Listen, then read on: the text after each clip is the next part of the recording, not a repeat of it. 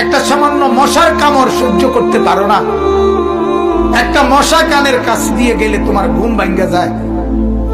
মশারি টাঙ্গাও, কয়েল জ্বালাও, অ্যারোসল লাগাও, এত কিছু করে তুমি মশার একটা আওয়াজ থেকে, কামড় থেকে বাঁচতে চাও। হায় আল্লাহর বান্দা, তো বছরের পর বছর, শত শত বছর কবরের মধ্যে এই পোকামাকড়ের ঘরে কেমনে থাকবো? যুবক, এই ছেলেরা বল না বাপ, আজ সারা দিনে যারা এক ওয়াক্ত নামাজ পড়ো নাই, আল্লাহর সাথে এত রাগ কেন করল?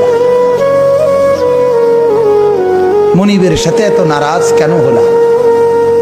আল্লাহ তোমার কি কি ক্ষতিটা করছে বাজান কও না? হ্যাঁ, মা তোমার যত উপকার করছে মালিক অতটুকু করে নাই? হ্যাঁ, বাবা যে উপকারটুকু করছে আল্লাহ এটুকু করে নাই?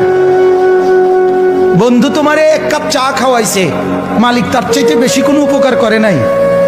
আহা, হায় হায়, ভুল করো না বাপ, হায়াত ফিরবে না। এই যৌবন, এই সুন্দর সময়, এই সুস্থ সবল জীবন আর ফিরে আসবে না, আর ফিরে আসবে, আর ফিরে আসবে। আমরা যদি ইমানের উপরে মজবুত হই, আমাদের কালেমায় তয়্যিবা, আমাদের কালেমা, আমাদের ইমান মজবুত, আমরা মুসলমান, আমাদের আল্লাহ আছে, আমাদের আখিরাত ভুলে গেলে চলবে না। আমরা মৃত্যুকে আড়াল করলে হবে না। আমার বাপ স্বীকার করলেও মরতে হবে, স্বীকার না করলেও মরতে হবে, হবে কিনা বলেন? চোখ বন্ধ রাখলেও মরতে হবে, চোখ খোলা রাখলেও মরতে হবে।